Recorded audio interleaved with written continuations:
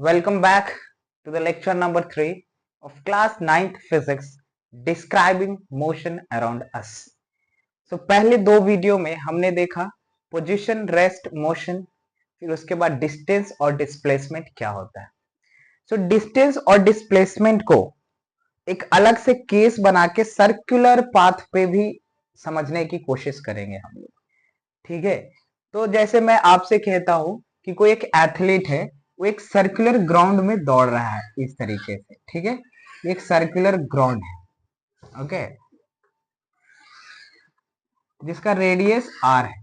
इस तरीके से मतलब ये पूरा एक सर्कुलर ट्रैक है जिसपे एक एथलीट या फिर एक रनर दौड़ रहा है. मान लीजिए वो यहां से स्टार्ट करता है, ये उसका स्टार्टिंग पोजीशन है. कौन सा पोजीशन है? Starting position. ठीक है, और यहां से वो इस तरीके से चलता है इस डायरेक्शन में, फिर एकदम सर्कुलर फॉर्म में चलता है. ठीक है, सर्कुलर ट्रैक पे चलते चलते वापस यहीं पर आ जाता है. एंडिंग पोजीशन यही है इसका. ठीक है, तो यहां पे सवाल ये आएगा कि जब एथलीट ने एक कंप्लीट राउंड मारा, ठीक है, एक कंप्लीट राउंड मारा, तो डिस्टेंस क्या है और डिस्प्लेसमेंट क्या है?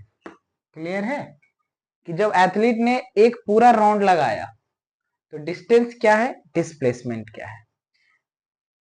तो एक बार आप वीडियो को पॉज करके सोचो कि डिस्टेंस क्या हो सकता है. बहुत सिंपल है. क्या इस सर्किल का जो भी सरकमफेरेंस होगा, ये वाला टोटल लेंथ, ये डिस्टेंस होगा? बिल्कुल सही. तो जो डिस्टेंस होगा ना, वो सरकमफेरेंस के बराबर होगा. ठीक है, सी फॉर सरकमफेरेंस. और सरकमफेरेंस निकालने का क्या फॉर्मूला है? 2 pi are, where 2 and pi is the constant value and r is the radius of the ground. Okay, अब डिस्प्लेसमेंट बताओ. तो पिछले वीडियो में आपने देखा होगा कि जो डिस्प्लेसमेंट होता है वो शॉर्टेस्ट पाथ होता है इनिशियल पॉइंट और फाइनल पॉइंट से. तो एक बात बताओ ना, जहां से एथलीट दौड़ना शुरू किया था वहीं आके खत्म किया है, तो उसका इनिशियल पॉइंट और फाइनल पॉइंट एक ही जगह पे है, दोनों के बीच में कुछ है ही नहीं, इसीलिए डिस्प्लेसमेंट जीरो है. ठीक है, इसीलिए डिस्प्लेसमेंट कितना हो जाएगा? जीरो. क्लियर है? अब इससे समझिए, अगर मान लीजिए इसका रेडियस 14 मीटर का है, एक ग्राउंड है बहुत बड़ा जिसका 14 मीटर का एक रेडियस है. ठीक है, तो डिस्टेंस कितना होगा मुझे मालूम है. जो डिस्टेंस होगा, अगर एक कंप्लीट राउंड लगाता है तो कितना डिस्टेंस एथलीट कवर करेगा? That will be circumference of the circle, circumference. और इसका क्या होगा फॉर्मूला? 2 पाई आर, यानी distance is equal to 2 pi R. So distance is equal to 2 into 22/7 into 14. That means ये दो टाइम में कटेगा, यानी d is equal to 2 into 44 which is equal to 88 metre. इसका पूरा डिस्टेंस होगा. यानी अगर यहां से वो दौड़ना शुरू करता है इस तरीके से और यहां के वो खत्म करता है, तब उसका डिस्टेंस 88 मीटर होगा. पूरा बात समझ में आया? और डिस्प्लेसमेंट कितना होगा? जीरो होगा, क्योंकि इनिशियल पॉइंट और फाइनल पॉइंट इज सेम. बहुत बढ़िया. इसको आप केस नंबर 1 दे दो. केस 1. अब एक बात बताओ, अगर मैं आपसे पूछूं कि 2 राउंड मारा होगा तो कितना डिस्टेंस होगा? 2 राउंड मारा होगा तो बहुत सिंपल, एक राउंड निकालो, उसको 2 से मल्टीप्लाई कर दो. 3 राउंड, एक राउंड निकालो, 3 से मल्टीप्लाई कर दो. 2.5 राउंड मारा होगा तो एक राउंड निकालो, 2.5 से मल्टीप्लाई कर दो. ठीक है, तो आगे बढ़ते हैं और समझते हैं केस 2 में क्या होगा.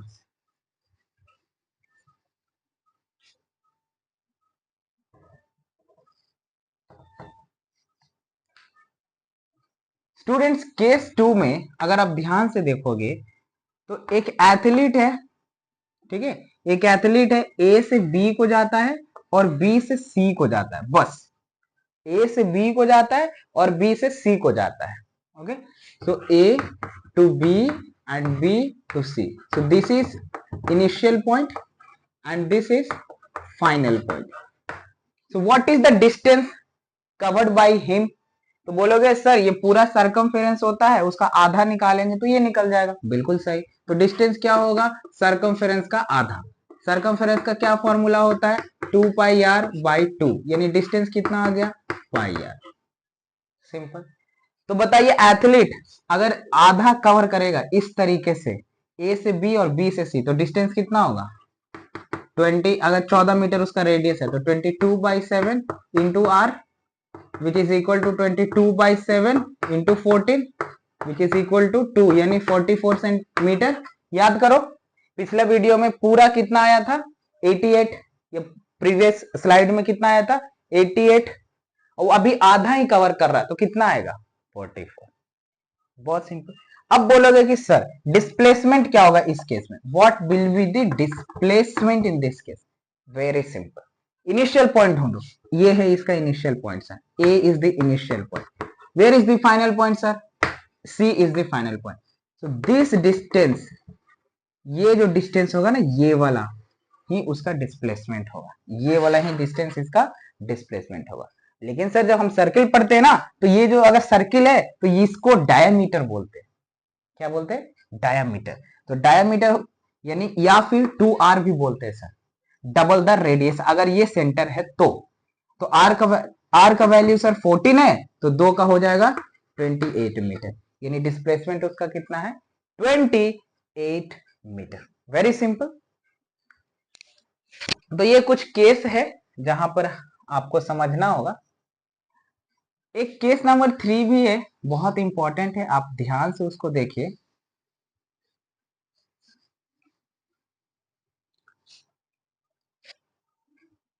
अगर एक सर्कुलर पाथ पे एक बॉडी मोशन कर रहा है, ठीक है, जिसका रेडियस r है, वो a से b को जाता है, ठीक है, a से बस b, केस 3 में a से b को जाता है इस तरीके से, ठीक है। तो इसका डिस्टेंस क्या होगा बताइए, डिस्टेंस क्या होगा ये वाला आर्क। तो एक बात बताओ ना, अगर हम पूरे सर्कमफेरेंस को डिवाइड करते हैं तो ये सर्कमफेरेंस को डिवाइड करते हैं तो C A B half of the circumference है, सी ए बी जो है वो हाफ ऑफ द सर्कमफेरेंस है, ठीक है।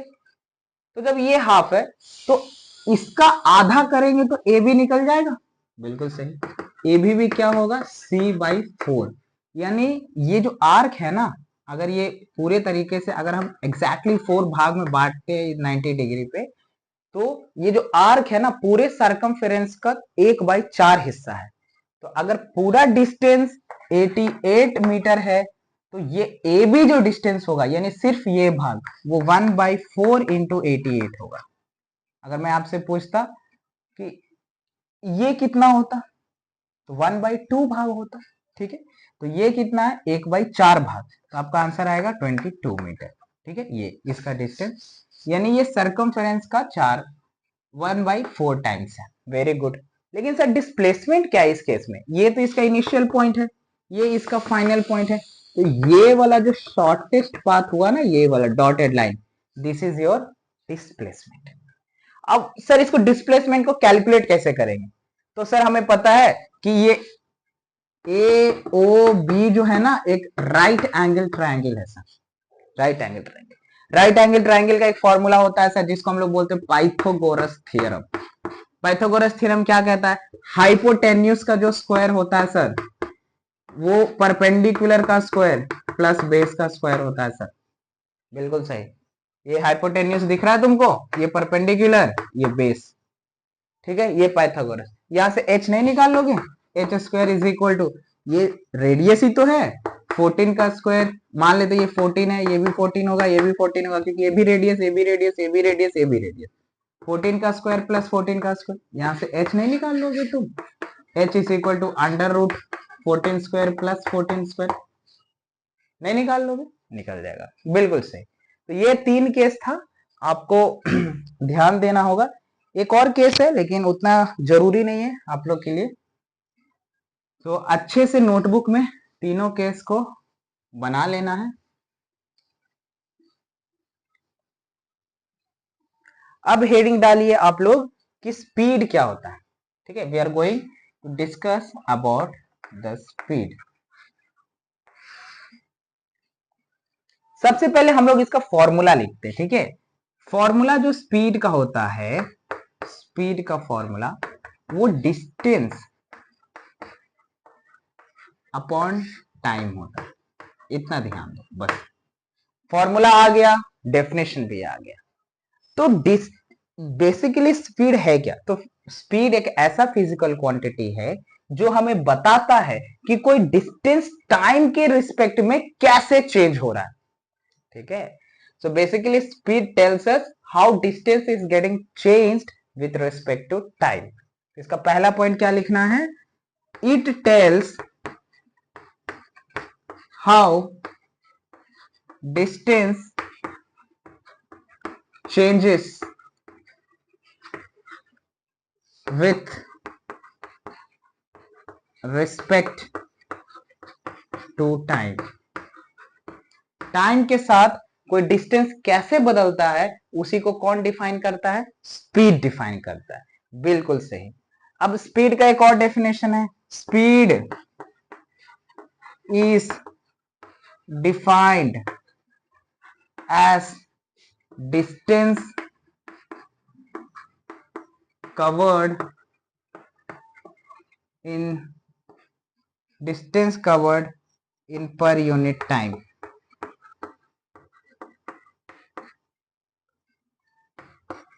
ओके, एक यूनिट टाइम में कितना डिस्टेंस कवर हुआ है वही स्पीड है। तो speed is defined as the distance covered in per unit time. एक यूनिट टाइम में कितना डिस्टेंस कवर हुआ है वही स्पीड है। ये दो डेफिनेशन है। अभी यहां से देखो, इसका एसआई यूनिट क्या निकाल सकते हैं? एसआई यूनिट, ठीक है। Speed distance upon time. Distance का एसआई यूनिट क्या होता है? मीटर होता है। टाइम का यूनिट क्या होता है? सेकेंड होता है। तो इसका यूनिट क्या हो गया भाई? Metre per second. यानी कि SI unit of speed is metre per second. Clear है? नेक्स्ट, ये जो है ना आपका स्पीड जो है वो स्केलर क्वांटिटी है, ठीक है। Speed is a scalar quantity, यानी इसके पास बस मैग्नीट्यूड, कोई डायरेक्शन नहीं होता, ठीक है। जैसे आप गाड़ी चला रहे हो तो बोलते हो कि आप 30 किलोमीटर पर आवर से जा रहे हो, वो स्पीड है। आप ये नहीं ना डिफाइन कर रहे हो कि आप ईस्ट में जा रहे हो, वेस्ट में जा रहे हो, नॉर्थ में जा रहे हो, साउथ में जा रहे हो। जस्ट यू आर डिफाइनिंग कि 30 किलोमीटर पर आवर, यानी एक आवर में आप 30 किलोमीटर कवर कर रहे हो, ठीक है। बहुत सिंपल। लेकिन जब अपने बात को थोड़ा सा एनहेंस करते हो और बोलते हो कि 30 kilometre per hour towards east. Sir speed तो ये था, इसमें डायरेक्शन लग गया। तो जब स्पीड में डायरेक्शन लग जाता है तो इसका नाम बदल के हम लोग रख देते हैं वेलोसिटी। यार वेलोसिटी स्पीड कुछ नहीं है, ठीक है। बस अगर आप मैग्नीट्यूड बता रहे हो 30 किलोमीटर पर आवर तो वो स्पीड है। लेकिन अगर स्पीड के साथ आप डायरेक्शन भी बता रहे हो 30 kilometre per hour towards east, तब उसको वेलोसिटी बोल रहे हैं। यानी सर स्पीड को वेलोसिटी तब बोलते हैं जब उसमें डायरेक्शन ऐड हो जाता है। बिल्कुल सही, ठीक है। स्पीड को वेलोसिटी तब बोलते हैं जब उसमें डायरेक्शन ऐड हो जाता है, ठीक है। तो यहां से ये ध्यान रखना, speed is a scalar quantity. याद कैसे रखना? याद रखने का trick SSVV, speed scalar velocity vector, speed scalar velocity vector, speed scalar velocity vector. This is the trick to remember. Clear है इतना? इसको अच्छे से कॉपी में उतार लो। बिल्कुल सही। अब आगे बढ़ते हैं हम लोग टाइप्स ऑफ स्पीड में।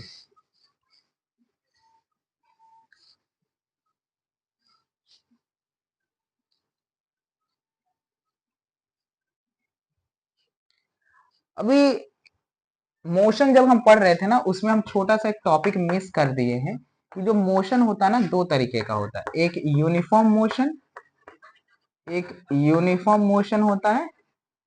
थोड़ा सा हम लोग स्पीड से थोड़ा सा ब्रेक लेते हैं, बस 2 मिनट का, और हम लोग समझ लेते हैं मोशन को। मोशन होता है ना, तो एक यूनिफॉर्म मोशन होता है और एक नॉन यूनिफॉर्म मोशन होता है, ठीक है। नॉन यूनिफॉर्म मोशन होता है। अब ये यूनिफॉर्म मोशन और नॉन यूनिफॉर्म मोशन क्या होता है? तो यूनिफॉर्म मोशन में क्या होता है ना कि अगर कोई ऑब्जेक्ट को एक पर्टिकुलर डिस्टेंस को equal interval of if any object covers equal distance in equal interval of time. Okay, for example मैं एक देता हूं कि मान लीजिए इस ये आपका टाइम है, ठीक है, ये 1 मीटर है, सॉरी फर्स्ट सेकंड है, सेकंड सेकंड है, थर्ड सेकंड है, 4 5, ये सब आपका टाइम है, ठीक है, टाइम है क्या चीज में, सेकंड में, ये 0 है, ठीक है। तो 1 सेकंड में आपका बॉडी 3 मीटर ट्रेवल किया, अगला सेकंड में भी 3 ही मीटर कर रहा है, अगला सेकंड में भी 3 मीटर कर रहा है, अगला सेकंड में भी 3 मीटर कर रहा है। तो अगर आप ध्यान देंगे, a body is covering equal distance in equal interval of time.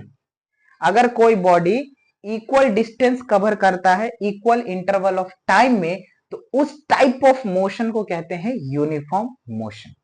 यानी पहले अगर ऐसे आवर में देखें तो अगर पहले 1 घंटे में आप 30 किलोमीटर चल रहे हो, तो अगले 1 घंटे में भी 30 किलोमीटर, अगले 1 घंटे में भी 30 किलोमीटर, उसके अगले घंटे में भी 1 घंटे में 30 किलोमीटर, मतलब इक्वल टाइम में आप इक्वल डिस्टेंस कवर कर रहे हो, ठीक है। Those type of motion is called uniform motion. अगर इसको बदल दे कि पहला सेकंड में 3 किया, चौथा में 4 कर रहा है, फिर इसमें 5 कर रहा है, इसमें 6 कर रहा है, तो आप यहां से ध्यान दोगे टाइम का इंटरवल तो सेम है लेकिन डिस्टेंस इक्वल नहीं कर रहा है कभी, ठीक है। आप ऐसे समझो, पहला 1 घंटा में आपने 30 किलोमीटर चला, उसके अगले 1 घंटा में आप 40 किलोमीटर चल दिए, तो इंटरवल तो एक ही घंटा का है टाइम का, लेकिन आप जो डिस्टेंस कवर कर रहे हैं वो अनइक्वल है, इक्वल नहीं है। तो उस टाइप ऑफ मोशन को हम लोग बोलते हैं नॉन यूनिफॉर्म मोशन, ठीक है। तो अगर इसको हम लोग डेफिनेशन लिखना चाहें तो कैसे लिखेंगे, इसका मैं बता रहा हूं, if a body covers equal distance in equal interval of time, then body is said to be in uniform motion। इसका क्या हो जाएगा, if सिर्फ ये चेंज हो जाएगा, ठीक है, कि if a body does not covers equal distance, if a body does not cover equal distance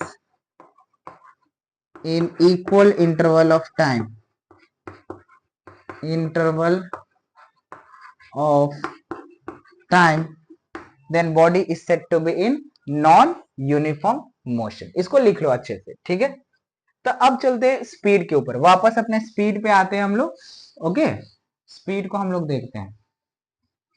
जिन बच्चों ने नोट्स नहीं बना रहे हैं प्लीज बनाओ, प्लीज बनाओ, क्योंकि नोट्स ही आपको एग्जाम में काम आएगा, ठीक है। तो स्पीड का टाइप्स देखते हैं, कितने तरीके का स्पीड होता है। तो बेसिकली स्पीड के 4 टाइप है, ठीक है, 4 टाइप की स्पीड है, ऐसे ठीक इसी तरीके से बनाओ, 4 टाइप के स्पीड है। ओके, तो पहला स्पीड को बोलते हैं एवरेज स्पीड। ओके, यूनिफॉर्म, पहला यूनिफॉर्म लिखो, ठीक है, यूनिफॉर्म स्पीड, ठीक है, नॉन यूनिफॉर्म स्पीड,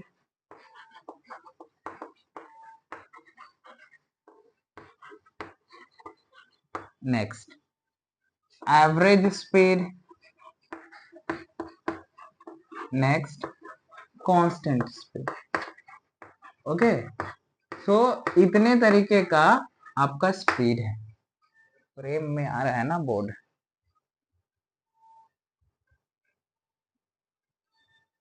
हाँ फ्रेम में आ रहा है, ठीक है।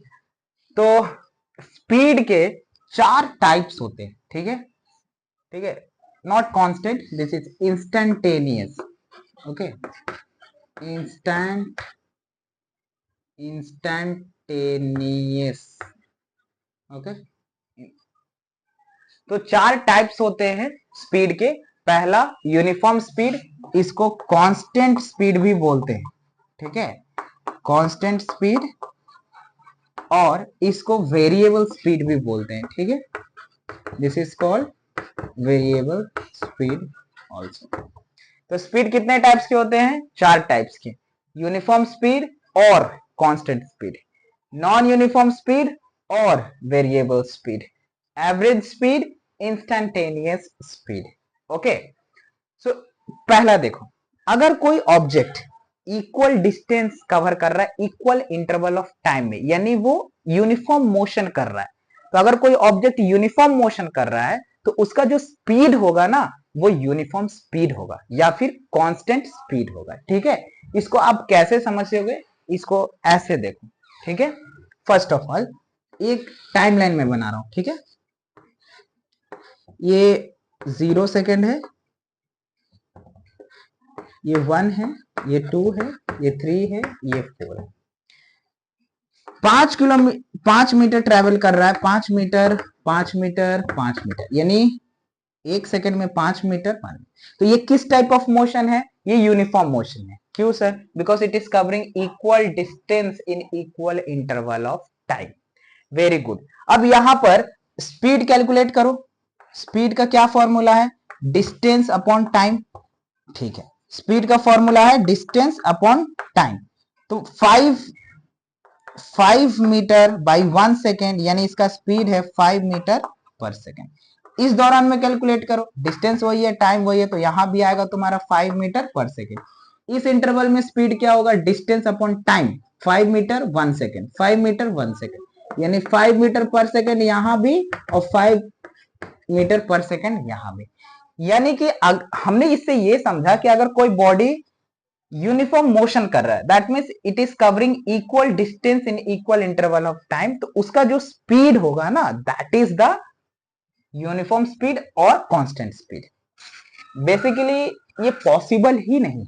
आप मान लो आप पटना में चल रहे हो कहीं पे, ठीक है, आप गाड़ी चला रहे हो, तो ये पॉसिबल है कि इक्वल डिस्टेंस कवर करना equal interval of time.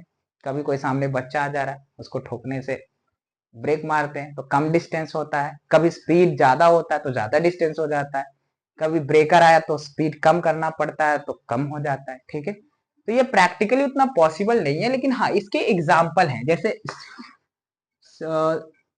Speed of light, speed of light in air, okay, that is 3 into 10⁸ metre per second. ये एक तुम्हारा यूनिफॉर्म स्पीड या कांस्टेंट स्पीड का एक एग्जांपल है, ठीक है। तो इसको क्या होगा सर? नॉन यूनिफॉर्म में, तो अगर कोई बॉडी, देखो इसी से याद रखो, अगर कोई बॉडी नॉन यूनिफॉर्म मोशन कर रहा है तो उसका जो स्पीड होगा ना वही नॉन यूनिफॉर्म स्पीड होगा। कोई ऑब्जेक्ट अगर यूनिफॉर्म मोशन कर रहा है तो उसका जो स्पीड होगा ना वो यूनिफॉर्म स्पीड होगा। दैट मीन्स अगर कोई ऑब्जेक्ट अनइक्वल डिस्टेंस कवर कर रहा है unequal of interval of time में, तब उसका स्पीड कैसा होगा? Non uniform. अब यही देख लो ना, अगर पहला सेकंड में 5 होता है, यहाँ 15 होता है, यहाँ 25 होता है, यहाँ 35 होता है, तो यहाँ पे स्पीड क्या होता? इस केस में तुम्हारा स्पीड 5 मीटर पर सेकेंड है। ये एक्चुअली नॉन यूनिफॉर्म मोशन है because it is covering unequal distance in equal interval of time. तो 5 मीटर पर सेकेंड, यहाँ होता 15 मीटर पर सेकेंड, यहाँ 25, यहाँ 35, ठीक है। तो इस तरीके का मोशन जो नॉन यूनिफॉर्म मोशन हो रहा है वहां पर जो स्पीड होता है वो नॉन यूनिफॉर्म स्पीड होता है या फिर वेरिएबल स्पीड होता है, ठीक है। इसका डेफिनेशन आप खुद से लिखना कि if a body is having uniform motion then its speed will be uniform speed, or if a body is covering equal distance in equal interval of time then its speed will be uniform speed or constant। similarly non uniform का non uniform speed। अब average speed बताओ। मान लो आप कन्याकुमारी से आप मनाली जा रहे हो, ठीक है, तो थ्रू आउट द जर्नी में आपका स्पीड तो सेम नहीं रहने वाला, यूनिफॉर्म नहीं रहने वाला, हमेशा वेरिएबल होगा, इतना बात समझते हैं। लेकिन सर अगर वेरिएबल होगा, अगर मुझसे कोई पूछे कि मनाली से कन्याकुमारी से मनाली आने में तुम्हारा स्पीड क्या था, तो क्या आंसर करेंगे सर? क्योंकि हर एक घंटा हर एक मिनट तो स्पीड चेंज हुआ। तो थ्रू आउट जर्नी में एक सिंगल स्पीड जो होता है वही एवरेज स्पीड होता है, ठीक है। तो एवरेज स्पीड कैलकुलेट करने का फॉर्मूला होता है total distance upon total time उसको ये मतलब नहीं है कि आप मान लो ये आपका कन्याकुमारी है, ये आपका मनाली है, उसको ये मैटर नहीं है कि आपने यहाँ कितना चला, यहाँ कितना चला, ये स्पीड क्या क्या बीच नहीं, बीच से उसको कोई मतलब नहीं। वो क्या करेगा, वो बस टोटल डिस्टेंस देखेगा, ठीक है। टोटल डिस्टेंस कितना है, 5, ये 20 हो गया, 45 हो गया, 45, ये 80 हो गया, ठीक है। तो 80 हुआ total, 80 metre divided by total time, 1 second, 2 second, 3 second, 4 second, 4 second, ठीक है। यानी हमारा जो एवरेज स्पीड था वो था 20 metre per second from coming Kanyakumari to Manali. Okay, तो थ्रू आउट जर्नी में एक सिंगल स्पीड होता है, ठीक है, जो हम बता सकते हैं लोगों को कि ये मेरा स्पीड रहा इस दौरान में, उसी को एवरेज स्पीड बोलते हैं। So average speed is defined as the total distance upon total time. Notebook में लिख लो, average speed is defined as total distance upon total time. ये ठीक है सर। अब ये इंस्टेंटेनियस क्या है, हम तो यूनिफॉर्म समझ गए, नॉन यूनिफॉर्म समझ गए, एवरेज स्पीड समझ गए। ये इंस्टेंटेनियस क्या है, कुछ नहीं है, बस एक सिंपल सा शब्द लिखना, ठीक है, एक सिंपल सा, बस सिंपल सा। अगर मैं आपसे, आप लगातार 1 घंटा जर्नी किए, ठीक है, 1 घंटा, यानी अगर 5-5 का दे तो 0 minute, 5 minute, 10 minute, 15 minute, 20 minute, 25 minute, 30 minute, so on तक जाके हुए 60 मिनट तक आपने ट्रैवल किया, ठीक है, 60 मिनट तक, 60 मिनट, ओके, 60 नहीं 50 तक करते हैं, ठीक है, 50 मिनट तक आपने कवर किया। अगर मैं आपसे पर्टिकुलर इंस्टेंट पे पूछूं, कोई पर्टिकुलर पॉइंट पे पूछूं कि आप बताओ 20वें मिनट पे, 20वें याद रखो, 20वें मिनट पर आपका क्या स्पीड था, that is your instantaneous speed. बहुत simple. Throughout the journey में कोई एक पर्टिकुलर इंस्टेंट पे, कोई एक पर्टिकुलर टाइम पे अगर कोई स्पीड पूछे, वो इंस्टेंटेनियस स्पीड है। तो instantaneous speed is a speed at a particular instant, at a particular instant. मान लो आप घर से स्कूल जा रहे हो, ठीक है, तो स्कूल आप 6 बजे गए, 6 बजे निकले, बस पे चढ़े, फिर आप स्कूल पहुंच गए 6:30 में, आधा घंटा आपको लगा। लेकिन आपको मैं पूछा कि 6:25 पे आपकी बस की क्या स्पीड था, दैट इज योर इंस्टेंट, क्योंकि मैं एक पर्टिकुलर इंस्टेंट पे पूछ रहा हूं, so that is the instantaneous speed. तो स्पीड खत्म हो गया। स्पीड का क्या डेफिनेशन होता है, ऐसा यूनिट क्या है, स्केलर है, वो क्या बताता है, उसका फॉर्मूला क्या है, कितने टाइप्स के स्पीड है, ये सारा चीज यहाँ कवर हो गया, ठीक है। नेक्स्ट वीडियो में हम लोग वेलोसिटी देखेंगे और प्लस स्पीड और वेलोसिटी का differences देखेंगे. That is also very important from the point of examinations. All the best.